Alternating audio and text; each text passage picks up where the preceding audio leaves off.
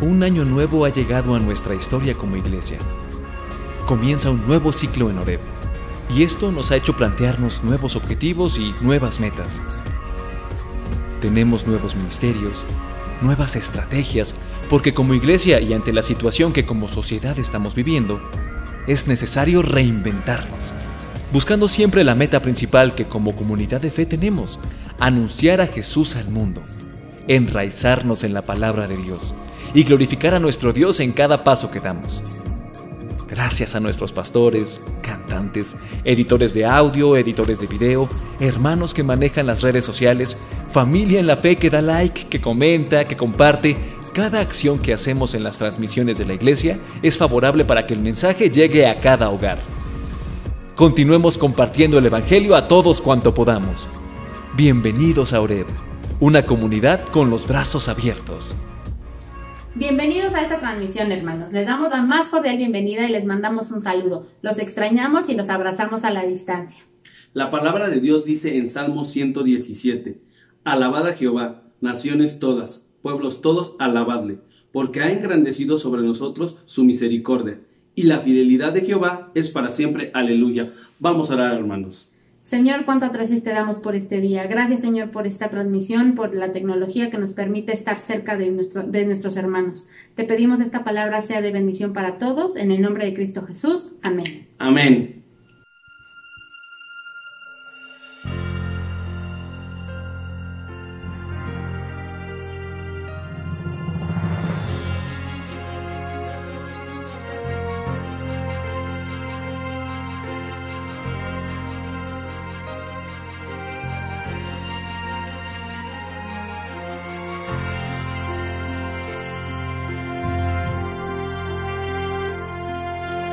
Dios está presente, vamos a postrarnos ante Él con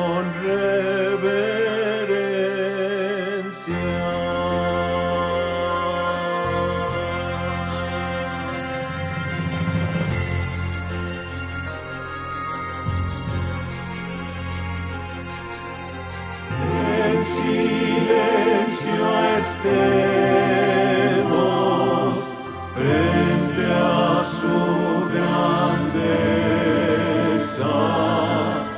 y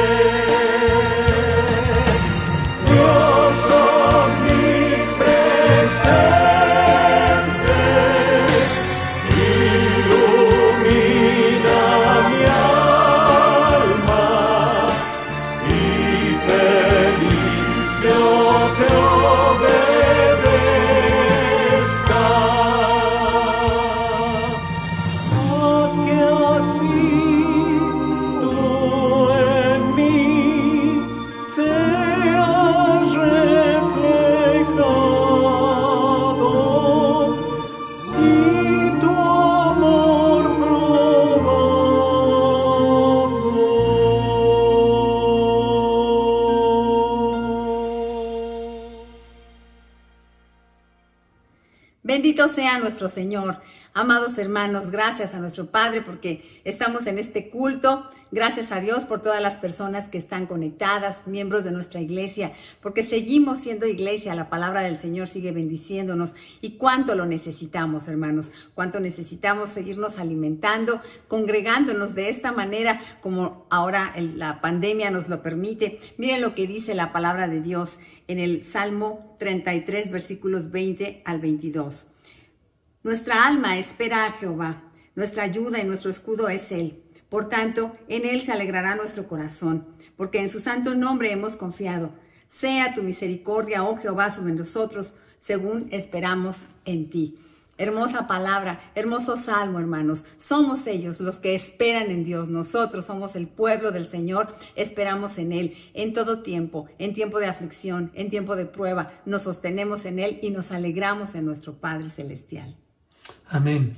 Y como justamente porque dependemos de Él, porque confiamos en Él y como lo hemos aprendido en los devocionales con el pastor Elí, oremos al Señor unos por otros. Pongamos nuestras vidas en las manos de Dios. Y recuerdan, esta semana falleció el hermano Alan, hijo de nuestros hermanos Milla, esposo de Ale, y seguramente hay dolor en el corazón de estas dos familias lindas, hermosas, pero también hay esperanza en el corazón. Oremos unos por otros. Hay otros hermanos también que han experimentado una circunstancia semejante. No dejemos de orar por ellos, por las familias que están experimentando esta situación y también la enfermedad. Y demos gracias a Dios porque algunos ha querido sanarnos. Oremos al Señor. Padre Santo, bendito seas. Te glorificamos, Señor, te honramos y te reconocemos como el dueño de todas las cosas. Te seguimos amando, Señor, y seguimos confiando en ti y adorando a pesar del dolor que nos causa la enfermedad y el fallecimiento de algunos hermanos que nos llena de esperanza saber que están contigo, Señor, pero eso no significa que no tengamos dolor aquí en la tierra. Bendice, por favor, Señor, a Ale y su familia. Bendice a los hermanos Milla. Bendice a todos los que le conocimos, Señor, y que experimentamos un dolor por la partida de Alan. Sabemos que está en tu presencia. Bendice a otros hermanos y hermanas que han perdido seres queridos. Bendice a los que ahora mismo están enfermos, que pronto se recuperen, salgan del hospital, Señor, y que sigamos adelante. Confiamos en ti, Señor, en tu soberanía, en tu voluntad preciosa. Y por eso nos acogemos a ti y te pedimos, aquí estamos, Señor, limitados, incapaces, lo sabemos, Señor, limitados y necesitados de tu presencia. Bendícenos, danos fuerza, danos aliento, fortaleza.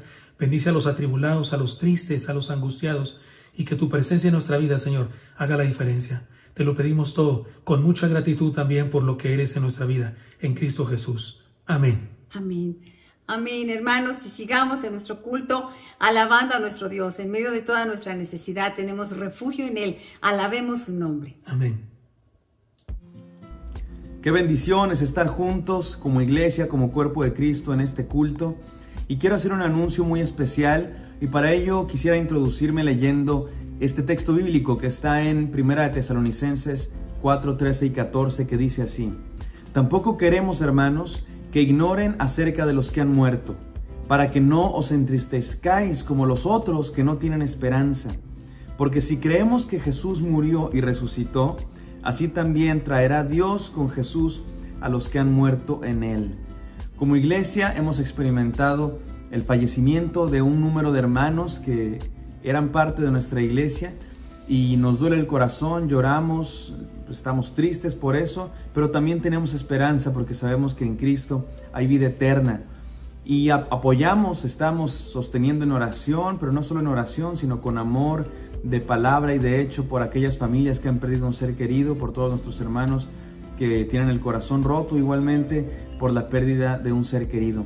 Así es que como iglesia hemos decidido que vamos a tener un culto, un servicio especial, memorial, un culto memorial para agradecer a Dios por la vida de nuestros hermanos que han partido a su presencia, para honrar la memoria de aquellos que ya no están con nosotros físicamente y para pues confortar a las familias que han perdido un ser querido. Así es que va a ser un culto muy especial, seguramente será un culto muy emotivo que va a contener dolor, por supuesto, pero también esperanza y paz y consuelo y fortaleza en el Señor.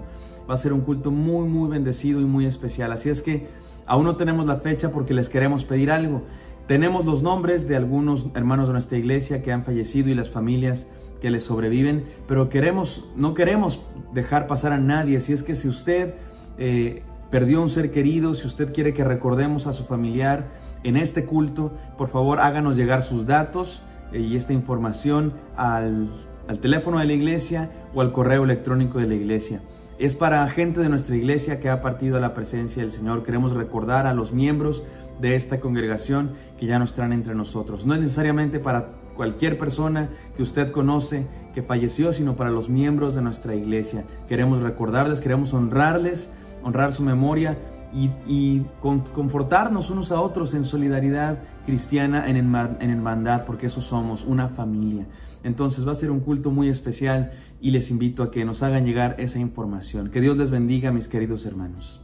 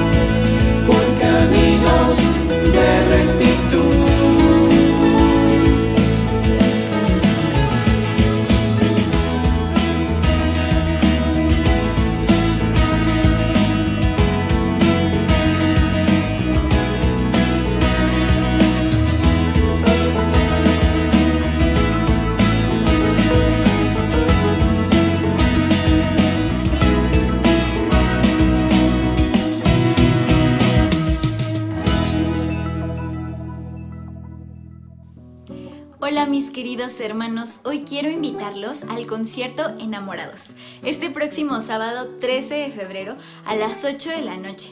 Van a ver canciones originales de los compositores de Oreb y tendrán una temática de amor y amistad. Canciones de romanticismo cristiano, con un mensaje además de cada autor. Así que no se lo pueden perder, ahí nos vemos y les mandamos un fuerte abrazo.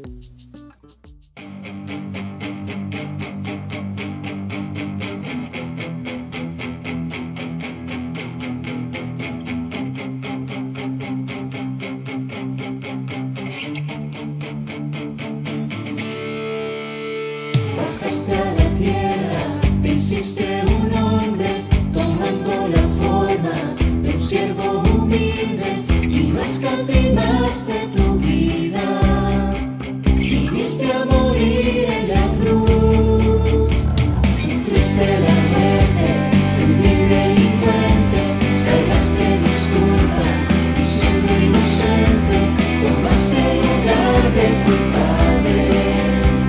Hiciste morir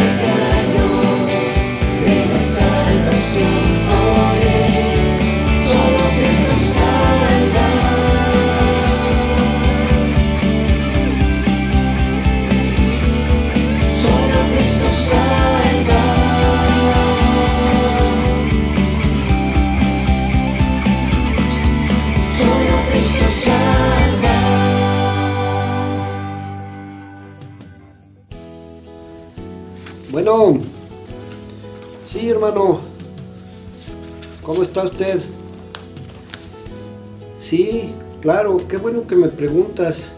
Sí, sí hay formas de que podamos no perder la bendición de diezmar, ofrendar y apoyar a nuestra iglesia. Hay 2 cuentas de banco, de 2 diferentes bancos. Te mando la información en un WhatsApp. Sí, puedes llamar al teléfono de la iglesia y allí te dicen de otras maneras que puedes apoyar. Sí, hermano, sigamos siendo fieles con nuestro Dios ahora durante la pandemia.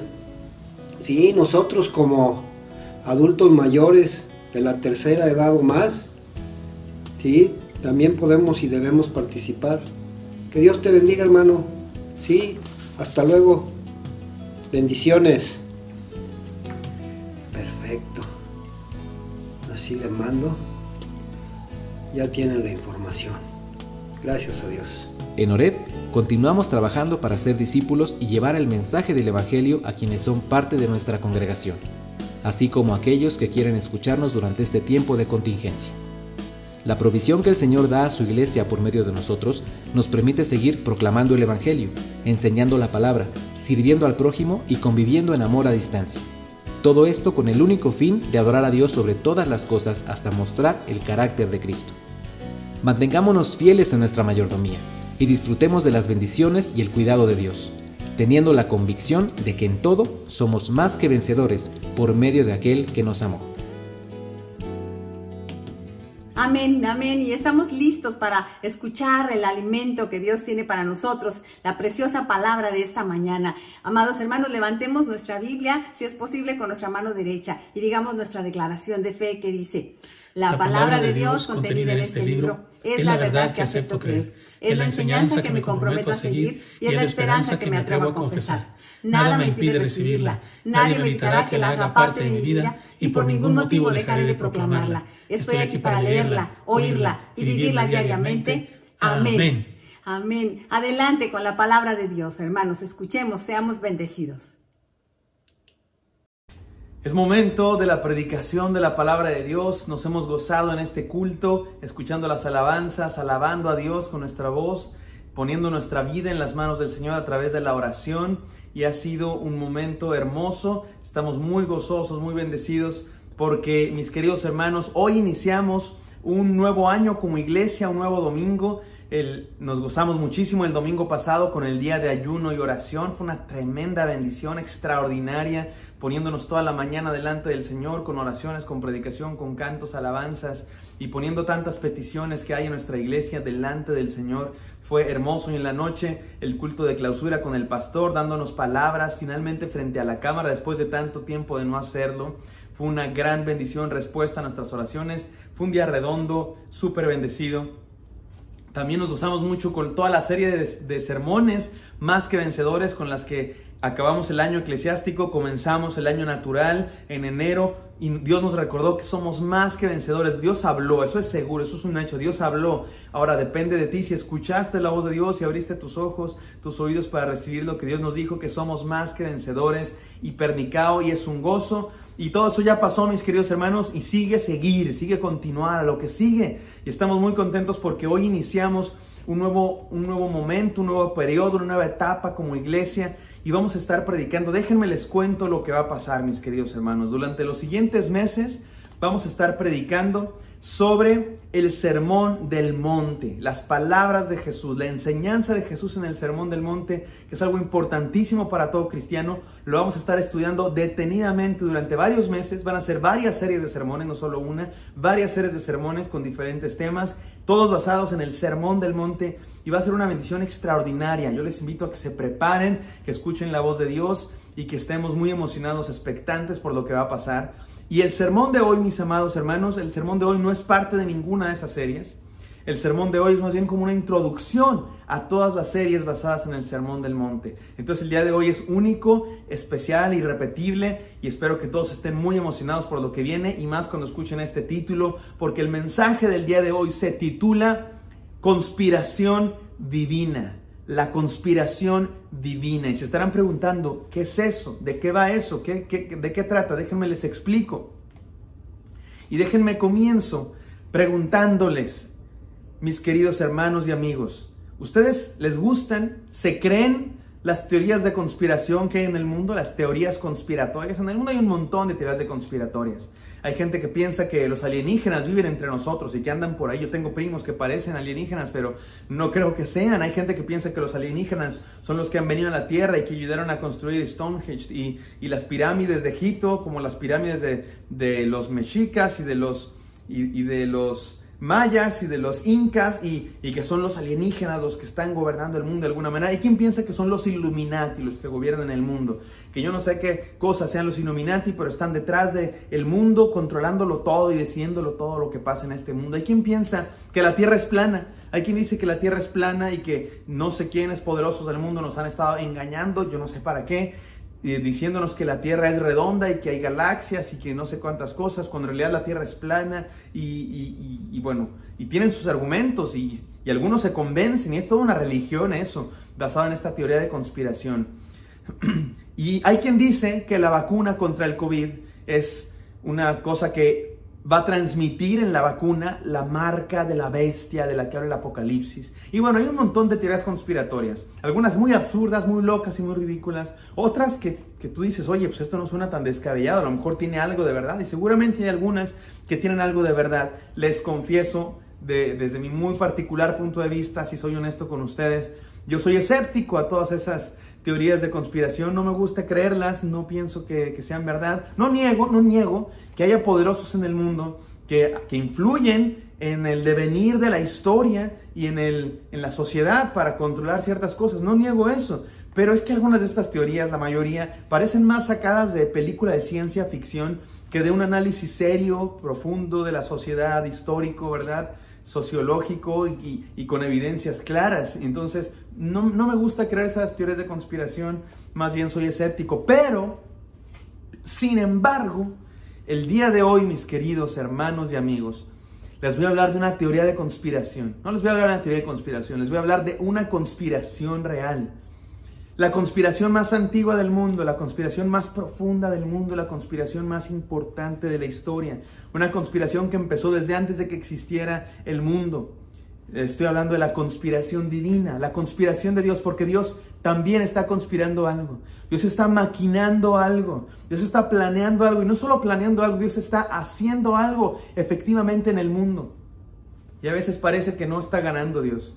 El mundo parece gobernado por los poderes del mal. El mundo parece, entre tanta injusticia, entre tanta violencia, entre tantas guerras, entre tanta falta de paz, pareciera que los planes de Dios no son los que están ganando. Pero déjenme les digo, sí, es Dios el que tiene todo en su control. Y es Dios el que está influyendo en el mundo y quiere hacer algo. ¿Y saben cuál es la estrategia de Dios? Para acabar con el mal. Porque eso es lo que está haciendo Dios. Está acabando con el mal y quiere acabar con el sufrimiento.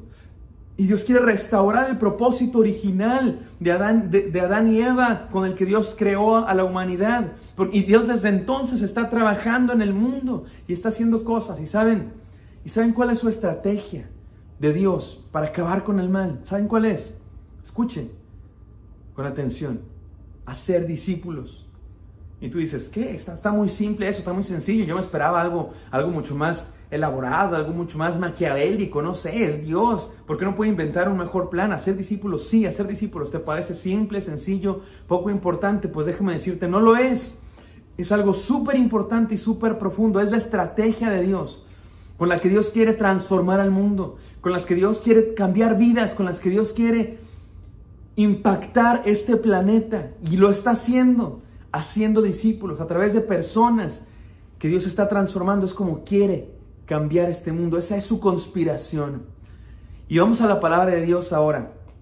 Les invito a que leamos este texto que hemos escogido para presentar el mensaje en este momento. La conspiración divina está en Mateo 28 del 18 al 20. Escuchemos con atención. Y Jesús se acercó y les habló diciendo: Toda potestad me es dada en el cielo y en la tierra. Por tanto, id y haced discípulos a todas las naciones, bautizándolos en el nombre del Padre, y del Hijo, y del Espíritu Santo, enseñándoles que guarden todas las cosas que os he mandado, y he aquí, yo estoy con vosotros todos los días hasta el fin del mundo. Amén. Mateo 28, 18 a 20. Amén. Gracias a Dios por su palabra. este texto que se conoce como la Gran Comisión, y son palabras importantísimas de Jesús. Es lo que Jesús enseñó antes de ascender a los cielos. Es lo último que Jesús le dijo a sus discípulos. Son sus últimas palabras antes de irse, de estar físicamente, dejar de estar físicamente. Me recuerda como cuando tu mamá tiene algo muy importante que decirte antes de irse. Se va a ir, yo qué sé, por la noche o por varios días, y entonces te quiere enseñar algo, te quiere dar las últimas instrucciones, y es muy importante. Y esas últimas instrucciones antes de salir por la puerta, cuando está ahí dándote la bendición antes de salir, tú sabes que eso es lo más importante. Tú sabes que eso es lo que hay que estar atento. Tú sabes que eso es lo que no hay que dejar pasar por alto por ningún motivo. Esto es lo que nos está diciendo Jesús.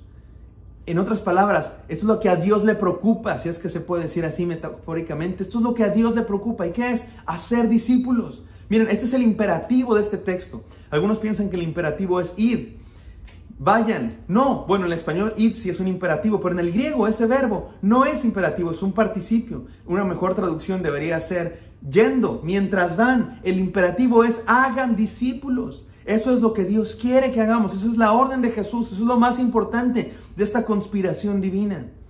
Y luego nos explica con otros dos imperativos cómo hacer discípulos: bautizándolos en el nombre del Padre, del Hijo y del Espíritu Santo, y enseñándoles todo lo que yo les he mandado. Enseñándoles que guarden todo lo que yo les he mandado. ¿Y saben qué es eso que Dios nos ha mandado? ¿Saben qué es eso que Jesucristo les mandó a sus discípulos?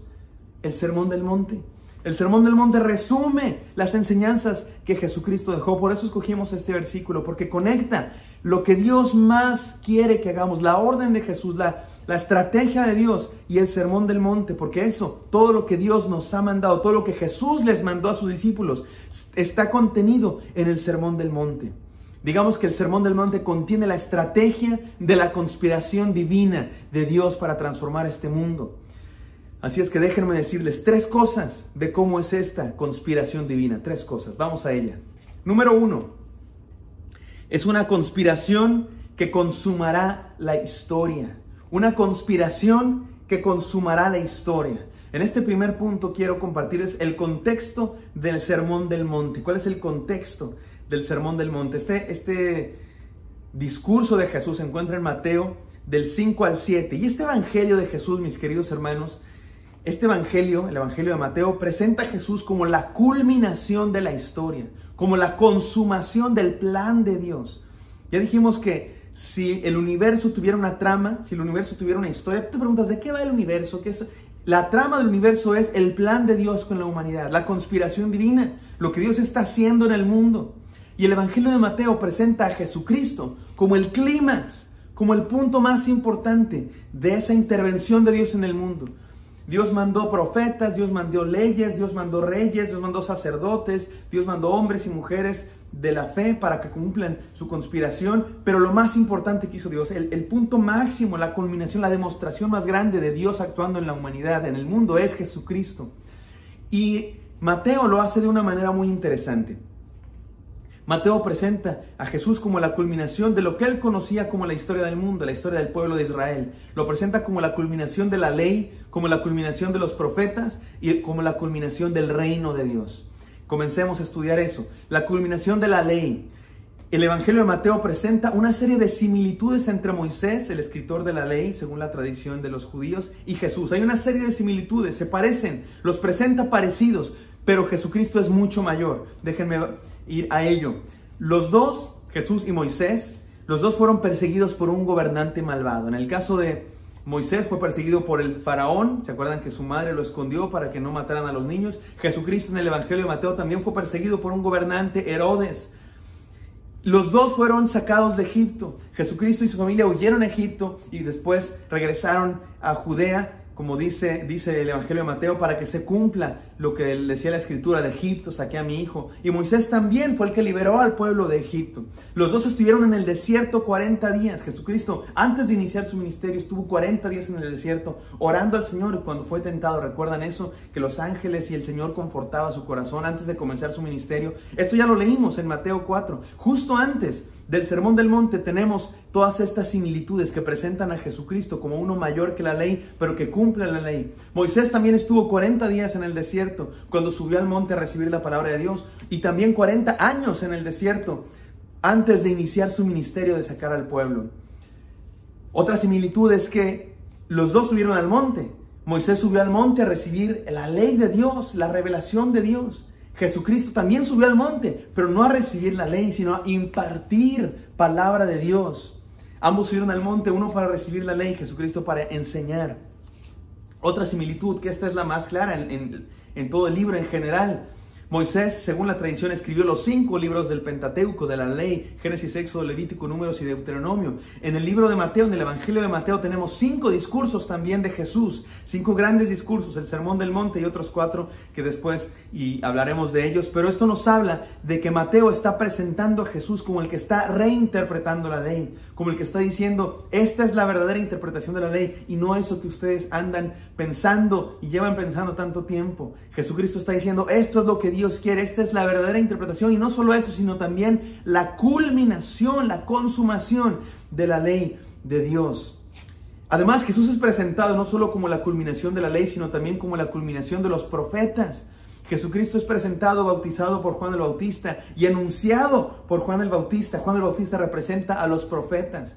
Desde Eliseo y Elías, Dios había llamado profetas, hombres de Dios que decían, que prometían: Dios está haciendo algo, Dios va a hacer algo, Dios está actuando, por eso arrepiéntanse, vuelvan a Dios, arrepiéntanse porque Dios está actuando en el mundo. Bueno, pues Juan ya no dijo: va a venir, Dios va a hacer algo. Juan dijo: aquí está el enviado de Dios, aquí está Dios en persona. Y Jesucristo se presenta como el cumplimiento de todas esas profecías, de la ley, de los profetas y también del reino. Jesucristo no solamente es la culminación de la ley y el sumo sacerdote, no solamente es el profeta máximo y el cumplimiento como Mesías que viene, también es el rey, el cumplimiento del reino. Dios le había prometido al rey David, escuchen muy bien esto, Dios le había prometido al rey David, en 2 Samuel 7, Dios le dijo al rey David: tu reino será eterno y en tu trono por siempre habrá un rey descendiente tuyo, porque tu reino va a estar para siempre y nadie podrá contra ti. Y los judíos decían: bueno, ¿y qué pasó?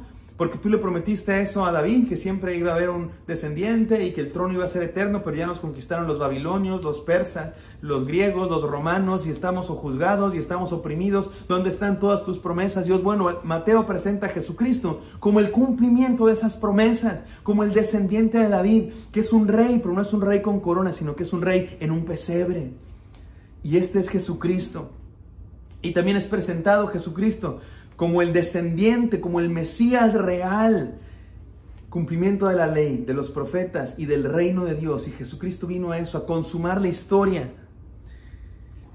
Y el Evangelio de Mateo, mis queridos hermanos, presenta a Jesús para que entendamos qué es la consumación de la historia. Y quiero que esto quede muy claro, porque esto es muy importante para entender el contexto del Evangelio de Mateo y del Sermón del Monte. El Evangelio de Mateo está escrito para fungir, para funcionar como un curso de discipulado, para que los nuevos creyentes que vienen a conocer el camino de Jesús sepan de qué va el camino de Jesús, sepan qué hacer, sepan cómo comportarse. Es un manual, es un instructivo de ser cristiano, así de sencillo. Es el primer curso de discipulado del Evangelio de Mateo, bueno, el segundo porque antes escribió el libro de Marcos. Déjenme decirlo de estas palabras que sé que a algunos les va a chocar, pero creo que queda. Es como un catecismo. Yo sé que a muchos les molesta esa palabra porque alude a ciertas tradiciones, pero en realidad la palabra catecismo significa enseñanza e instrucción para los nuevos, para los neófitos. Y eso es justamente lo que es el Evangelio de Mateo. Nos está enseñando cómo ser cristiano. Y nos está enseñando, y este es el desafío que quiero presentarles. Primer desafío que quiero presentarles, tengo varios. Desafío a la imitación de Cristo. Los quiero desafiar a imitar a Cristo, porque de esto se trata la conspiración que Dios quiere que hagamos. De esto se trata ser parte de esta conspiración a la cual Dios nos está invitando a formar parte, de imitar a Cristo. Miren, hermanos, Jesús es mucho más que una figura religiosa. Jesús no es solamente un fundador de una religión que decía cosas bonitas, es mucho más que eso. Jesús es Dios entre nosotros, Dios encarnado. Jesús era uno que la gente lo escuchaba hablar y decían: wow, este habla con autoridad. La gente lo veía caminar y decían: yo quiero ser como él. Impactaba su testimonio. Entiendan que esto es un contexto antiguo. Es el contexto de hace 2000 años y la gente decía: wow, y este sana a los enfermos y se junta con los pobres, echa fuera demonios y hace milagros, calma la tempestad y convierte el agua en vino. Este toca a los intocables, abraza a los que nadie quiere abrazar, se junta con los pecadores, tiene compasión y tiene ternura, pero a la vez tiene autoridad y fuerza en su hablar. Y la gente se sorprendía de cómo hablaba este que multiplicó los peces y los panes, este que con su forma de hablar y de vivir impactaba los corazones. Este Jesús, mis queridos hermanos, es alguien digno de imitar. Hay una escena en la película El Señor de los Anillos, no El Señor de los Anillos, perdón, El Hobbit, y que están los enanos y están en una misión muy importante y se ve el líder de la misión y están los otros enanos viéndolo a lo lejos en la fogata mientras el líder de la misión está ya como pensativo en el acantilado y le dice uno a otros: mira, ahí está un hombre digno de seguir, ahí está alguien que vale la pena seguir. Mis queridos hermanos, no hay nadie que valga la pena seguir sino Jesucristo. Imitar a Jesucristo, de eso se trata. Leer el Sermón del Monte, ser como Jesús. De eso se trata, ser cristiano, por Dios. Cristiano significa uno que se parece a Cristo, uno que es como Cristo, un Cristo pequeño. Por eso nos llamaron cristianos en primer lugar, porque vivíamos como Cristo. Por eso el desafío es este: seamos parte de la conspiración divina, imitando el ejemplo de Jesús. Conspiración número 2. Punto número 2, enseñanza número 2. Es una conspiración que traerá un orden nuevo. ¿Han escuchado ustedes hablar del nuevo orden mundial? Se dice, algunas teorías de conspiración, y pienso que algo de verdad deben de tener, que hay unos poderosos en el mundo maquinando para establecer un nuevo orden mundial y controlarlos. Pero les digo algo, ellos no tienen, si acaso existen, ellos no tienen el mundo en sus manos. Nadie tiene el mundo en sus manos, por más poderosos que sean en este mundo, sino Dios tiene el mundo en sus manos. Y la conspiración de Dios es la que va a triunfar. Y déjenme aquí reflexionar en el significado del Sermón del Monte. Ya reflexionamos en el contexto del Sermón del Monte, ahora reflexionemos en el significado del Sermón del Monte. Miren, hermanos, los teólogos, los estudiosos de la Biblia, debaten y mucho acerca de cómo debe interpretarse el Sermón del Monte. Y es que tiene algunos dichos, algunas enseñanzas de Jesús que son radicales, que son intensos, que son para preguntarse: oye, ¿es en serio todo esto de poner la otra mejilla? Oye, Jesús, ¿de verdad quieres que pongamos la otra mejilla? Si alguien nos pega, ¿es neta que tú quieres que pongamos la otra? ¿O hay que interpretarlo de una cierta manera? ¿Qué es eso de cortarnos aquello que es ocasión de caer? Porque Jesús dice: si tu ojo te es ocasión de caer, o si tu mano te es ocasión de caer, córtatelo, porque más te vale entrar al cielo sin un ojo, sin una mano, que ir al infierno con el cuerpo completo. Y hay quien se pregunta: ¿es en serio, Jesús? ¿O es como metafórico? ¿O es neta que quieres que nos cortemos una parte del cuerpo si nos es ocasión de caer? Hay quien se pregunta: oye, ¿cómo es eso de que no adulteres, pero ni siquiera codicies a una mujer en tu pensamiento? O sea, ¿de qué me estás hablando? O sea, ya con un solo pensamiento, ¿eso es igual que adulterar? O sea, ¿es en serio? ¿Me estás diciendo que tener solamente un pensamiento es igual que adulterar? ¿De qué me estás hablando, Jesús? Y hay quien se pregunta: ¿es en serio esto? Y hay diferentes maneras de interpretar esto, y los teólogos, los estudiosos de la Biblia discuten en serio, arduamente, acaloradamente, de cómo se debe interpretar la Biblia. Hay muchas interpretaciones diferentes de cómo se debe interpretar el Sermón del Monte, y déjenme presentarles 3 que resumen todas, más o menos, las diferentes interpretaciones del Sermón del Monte. La primera: hay quienes piensan que el Sermón del Monte es una ética limitada. ¿A qué me refiero con una ética limitada? Hay quien piensa que solo aplica para un cierto tiempo, o que solo aplica para ciertas personas, pero no para todos.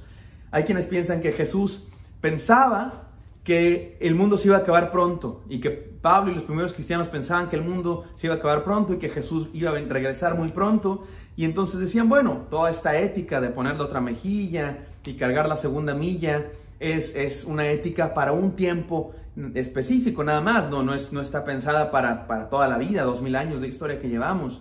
Claro, si es temporal, pues se puede vivir, ¿no? Tú puedes aguantar a vivir así, pues un tiempo, unas semanas, unos meses, pero no es para siempre, ¿no? Por favor, esto no podría ser solamente, o algunos piensan que es para una época escatológica, para después del reino. Una vez que venga Jesús, entonces vamos a poder vivir así, pero no ahorita.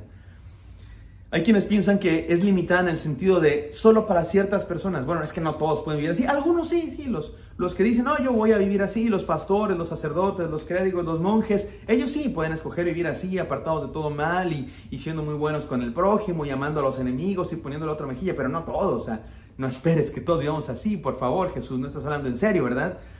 Y hay quienes hablan del Sermón del Monte como una ética limitada. Hay quienes hablan del Sermón del Monte, y esta es la segunda, como un ideal inalcanzable. Para algunos es tan radical esta ética porque es una utopía. Es algo que no vamos a alcanzar, es inalcanzable.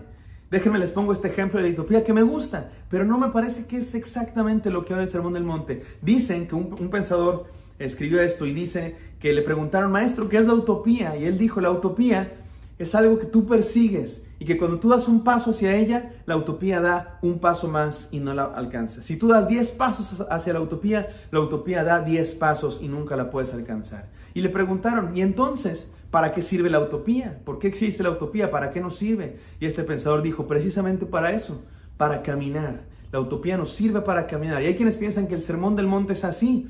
Es un ideal inalcanzable, pero que sirve como meta. Sirve como ideal para ir tras él, aunque nunca lo alcancemos.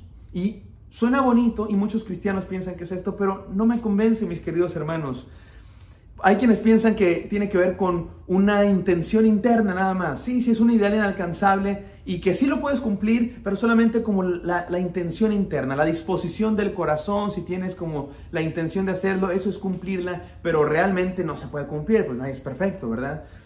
Hay quienes piensan que tiene una intención pedagógica para enseñarnos justamente que no podemos. Es un ideal inalcanzable que Jesucristo planteó para enseñarnos que somos pecadores, que somos imperfectos y que no podemos alcanzar este ideal. Y entonces nos recuerda que lo necesitamos y que necesitamos su gracia para poder vivir y para poder ser salvos, porque no podemos comportarnos como Él quiere.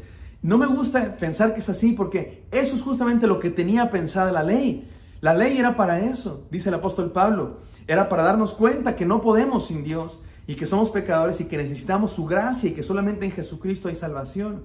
Pero Jesucristo no predicó la ley, Jesucristo predicó su evangelio, que no era eso para darnos cuenta. Entonces no creo que el Sermón del Monte sea un ideal inalcanzable. Entonces, ¿qué creo que es el Sermón del Monte? Esto es la tercera interpretación y es la que yo pienso que es la correcta. El Sermón del Monte es una realidad alcanzable. Es en serio. Jesucristo en serio quiere que vivamos así, es neta. No es como que Jesucristo está diciendo, bueno, vivan así y amen al prójimo. Pero bueno, yo sé que no lo van a hacer, así es que no se preocupen. Yo los perdono de todos modos. No. Es en serio. Jesucristo predicó una serie de enseñanzas y espera que las obedezcamos. Espera que las hagamos. No es chiste, no es broma. No está jugando con nosotros. Jesucristo en serio quiere que vivamos. Y no se trata de legalismo. No se trata de reglas que tienes que cumplir si no te vas al infierno porque no eres cristiano. Déjenme lo digo de esta manera.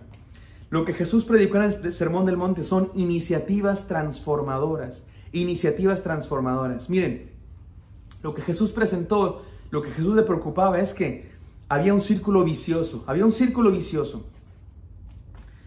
La ley te dice, no mates, no adulteres.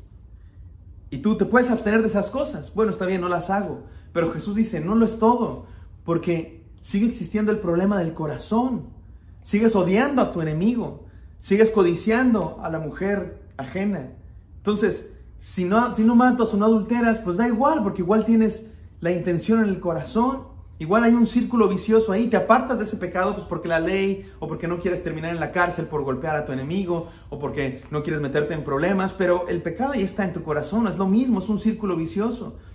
Porque tienes el odio y no matas por miedo a la ley, pero sigues teniendo el odio y no matas. Es un círculo vicioso. Y lo que Jesús presentó, y escuchen muy bien esto, que de lo que vamos a estar hablando durante varios meses, Jesús presentó iniciativas transformadoras, liberadoras, que rompen este ciclo de pecado, que rompen este círculo vicioso y nos liberan.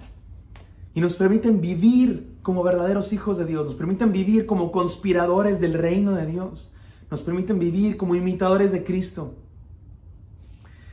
Este es el desafío que presento para ustedes. Este es el segundo desafío, tengo 3. Este es el segundo, desafío a una manera de ser y actuar. Miren, mis queridos hermanos, es absurdo pensar que ser cristiano no cambia tu manera de vivir y de actuar. Hay quien dice, no, bueno, los cristianos sí creemos en Dios, pero pues no cambió nada en mí. Yo sigo viviendo igual, sigo haciendo las mismas cosas. No, eso es absurdo. Por supuesto que seguir a Cristo es mucho más que ciertas cosas que crees, es ciertas cosas que eres y que vives. Es muy importante la sana doctrina. Esta iglesia somos una iglesia que predicamos la sana doctrina, pero la ortodoxia, ¿verdad? Ortodoxia significa correcta enseñanza. Pero no solo es importante la ortodoxia, también la ortopraxis. ¿Qué es la ortopraxis? No es cuando te acomodan los huesitos de la espalda. No, la ortopraxis es el correcto actuar. Necesitamos el correcto creer y el correcto actuar. De hecho, la sana doctrina, el correcto creer y enseñar, debe enseñar que es necesario también vivir y actuar de cierta manera. No podemos vivir pensando que ser cristianos es nada más creer que Dios existe y creer ciertas declaraciones de fe. No, eso es absurdo. Ser cristiano tiene que ver con cómo vives, cómo actúas todos los días.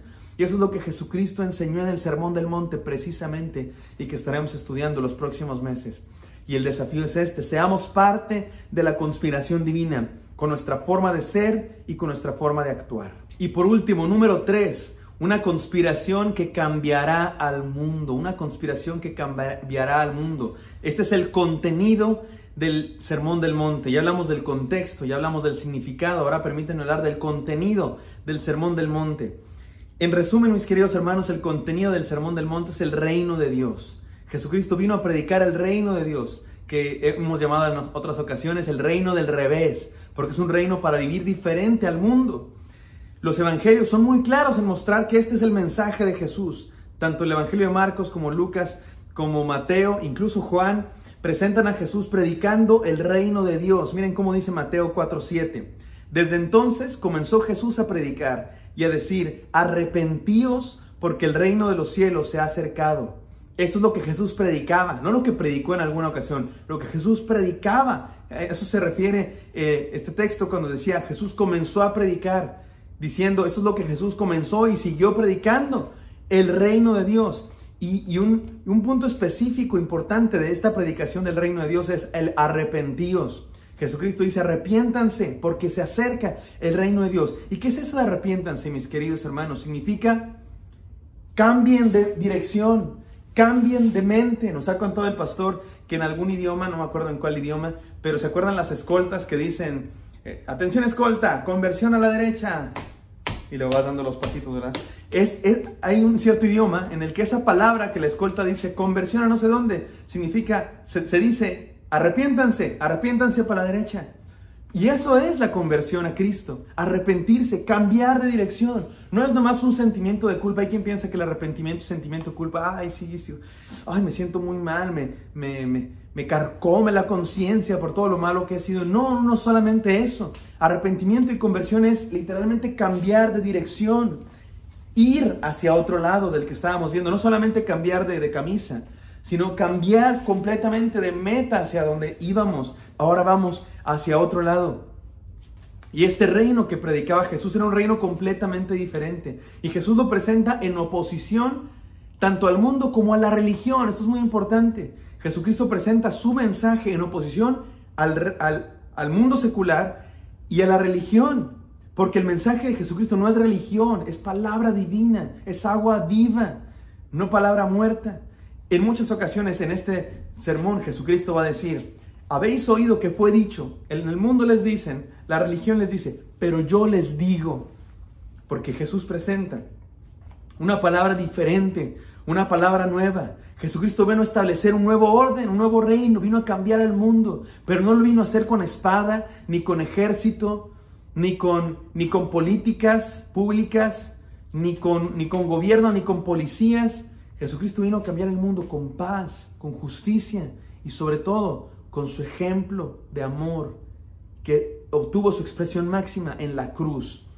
Y para hablar de esto, mis queridos hermanos, para hablar del contenido de la predicación del reino de Cristo, permítanme analizar muy brevemente en los pocos minutos que nos quedan la tentación de Cristo. Porque esto es lo que está justo antes del Sermón del Monte. A partir del próximo domingo vamos a comenzar a predicar el Sermón del Monte. Y lo que está justo antes del Sermón del Monte, en el capítulo 4, es la tentación de Cristo. Jesús estuvo 40 días en el desierto y fue tentado. Y esta tentación nos habla sobre todo de la clase de mensaje que Jesús va a predicar, de la clase de Mesías que Jesús va a ser. Porque eso es lo que es el Mesías, el que trae el reino. Eso era lo que se creía, lo que se esperaba, que el Mesías fuera el que trajera el reino de Dios. Y los judíos y el mundo estaba esperando un cierto tipo de reino, un cierto tipo de Mesías. Y Jesús fue tentado a hacer un cierto tipo de reino y a hacer un cierto tipo de Mesías. Y Jesús dijo, no, mi reino va a ser diferente. Vamos a analizar brevemente las tentaciones. Primero, Jesús fue tentado a convertir las piedras en pan. Esta es la tentación de ser un Mesías económico. La tentación de ser un Mesías que alimente a los pueblos, que sacie las necesidades de las personas, las necesidades materiales de la gente. Como si el enemigo le estuviera diciendo a Jesús, mira, convierte las piedras en pan y vas a poder alimentar a todo el mundo. Todos te van a amar, todos te van a querer, vas a ser un gobernador populista y todos van a votar por ti. Esa es la clase de Mesías que vas a ser, le dice el enemigo. Y Jesús dice, no. Ciertamente Jesús va a alimentar a las multitudes, sí lo va a hacer, pero Jesús va a hacer mucho más que eso. Jesucristo vino a traer pan material al mundo, pero también vino a traer pan espiritual, que es más importante. Jesucristo dijo, no solo de pan vivirá el hombre, sino de toda palabra que viene de la boca de Dios. Y esto es lo que los seguidores, los conspiradores del reino también hemos de hacer. Hemos de alimentar, por supuesto, a los necesitados, pero también, y más importantemente aún, debemos darles palabras de Dios. Y eso es lo que debemos hacer sus seguidores, tanto lo uno como lo otro. Segunda tentación. Jesucristo fue tentado a aparecer en el pináculo del templo, donde todos lo vieran y ser cachado por ángeles que promete la Escritura. Esta es la tentación de ser un Mesías religioso. Y Jesucristo rechazó esa tentación. Muchos esperaban un Mesías que se apareciera en el templo y dijera, aquí estoy, ya vine a liberarlos a todos. Que comprobara con su aparición en lo más alto que Él era el divino. Y Jesucristo dijo, no, yo no voy a ser esa clase de Mesías. Porque yo no soy un Mesías que venga a comprobar su divinidad de manera así pública a todos. Yo soy un Mesías que viene a construir una comunidad de conspiradores. Que viene a construir una comunidad de gente que viva de acuerdo a mis enseñanzas. Una comunidad diferente, una familia diferente, un pueblo, unas personas diferente. Y eso es lo que debemos ser sus seguidores. Debemos formar una familia diferente que viva de acuerdo a sus enseñanzas. No a establecer nuestras ideas por medio del poder religioso, sino a vivir una cierta clase de vida y a ser ciertas clases de personas que proclamen esta conspiración divina. Por eso Jesús rechazó esta tentación. Y tentación número 3, la tentación de ser un Mesías político. Jesucristo finalmente fue tentado a ver todos los reinos de la tierra y poseerlos. El enemigo le dijo, yo te los doy.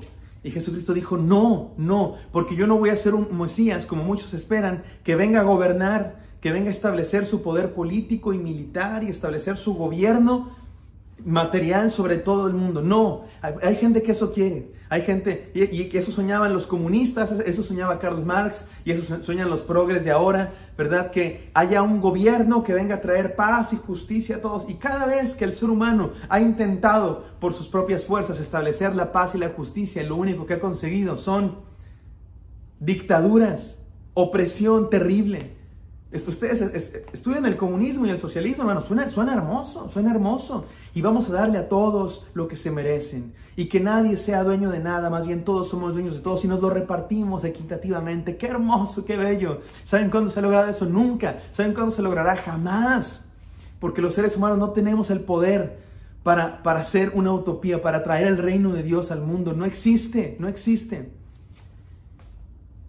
Lo que existe, mis queridos hermanos, es Dios interviniendo. De hecho, hay quienes, eso lo podríamos hacer en otra ocasión, hay quienes han hecho todo un análisis del socialismo y del comunismo, como es un paraevangelio.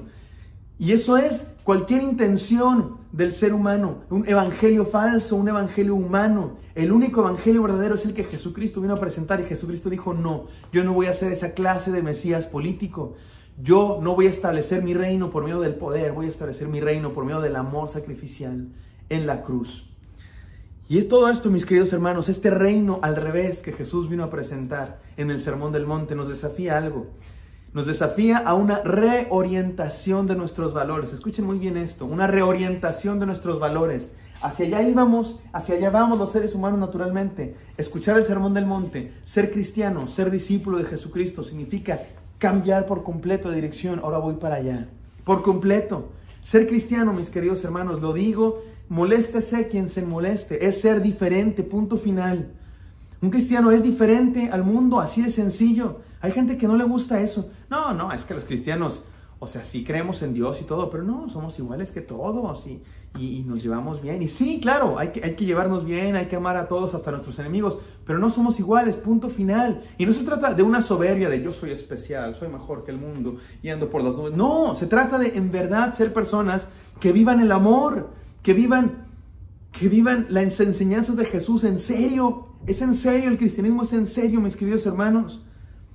No por nada, Jesucristo dijo que angosto es el camino de este discipulado, de esta conspiración. Muchos son llamados y pocos los escogidos. Porque es en serio, porque requiere la vida entera. Porque seguir a Jesucristo requiere ser diferente. Y ser diferente a veces requiere ser perseguido y que se burlen de uno. Por eso el desafío es: seamos parte de la conspiración divina, siendo diferentes al mundo.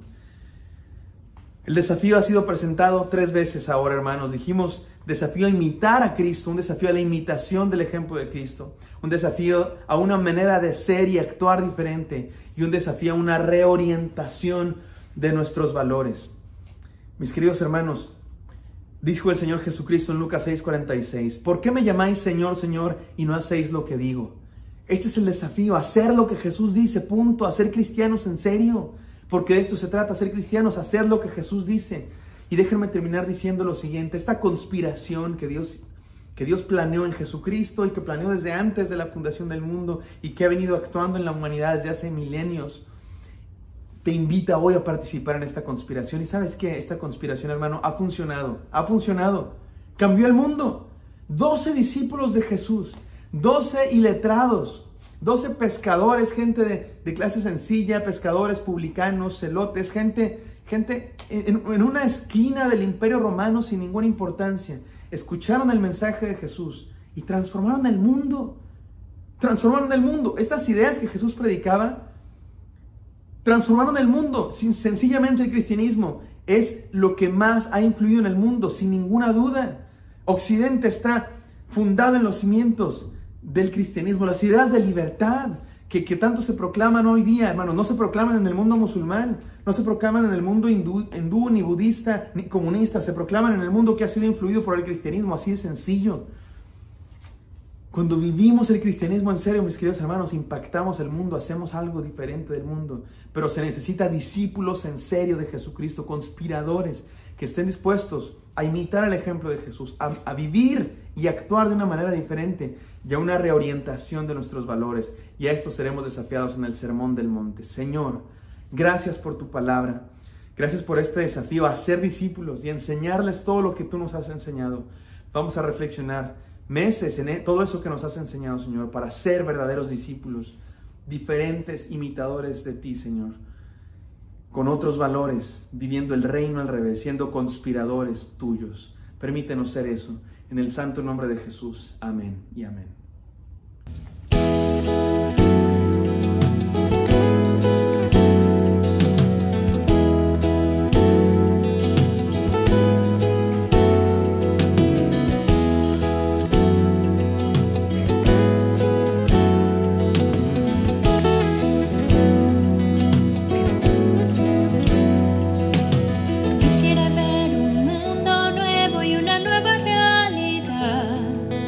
Quiere sanar 2 corazones y curar su enfermedad. Pero ¿quién irá a buscarlos a los que perdidos van? ¿Quién dará a este mundo enfermo medicina celestial? Dios ha mirado gente hambrienta sin sentido y sin razón. Quiere aliviar su andar cansado y llenar su corazón.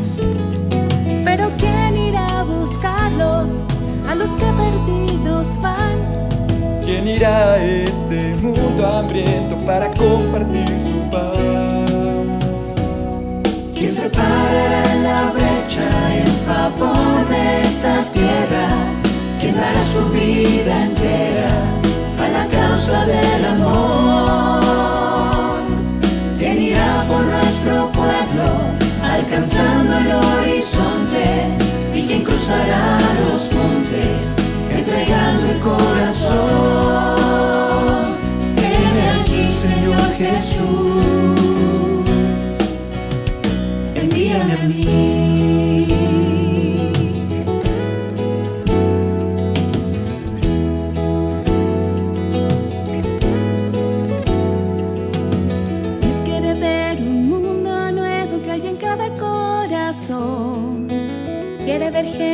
sonriendo, caminando con razón. Pero ¿quién irá a contarles que se puede ser feliz? Que el amor de Dios puede tocar desde la punta a la raíz. Dios quiere ver niños jugando, ignorando su color. Manos oscuras y ojos claros compartiendo su balón. Pero ¿quién irá a buscarles? ¿Quién su mano tomará? Para ir por todas nuestras calles proclamando la igualdad.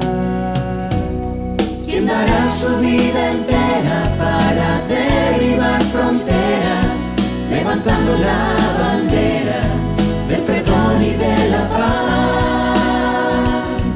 ¿Quién entregará sus manos a las vidas destrozadas? ¿Quién en todas sus pisadas sembrará la libertad? Heme aquí, Señor Jesús, envíame a mí.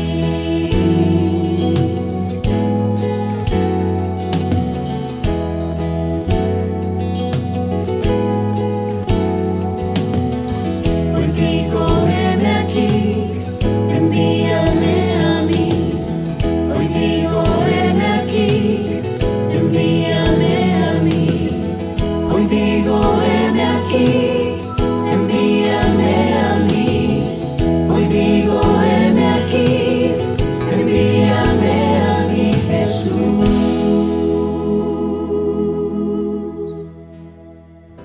Para nuestra iglesia es muy importante estar contigo todos los días. Por eso hagamos un recorrido por todas las actividades que tenemos preparadas para ti. Empezando el domingo con nuestro culto de adoración a las 8, a las 10 y a las 12. Recuerda que la clase de los niños se publica desde las 8 de la mañana y por la tarde a las 5:30 podemos participar en el culto juvenil de la Magna Unión de Jóvenes.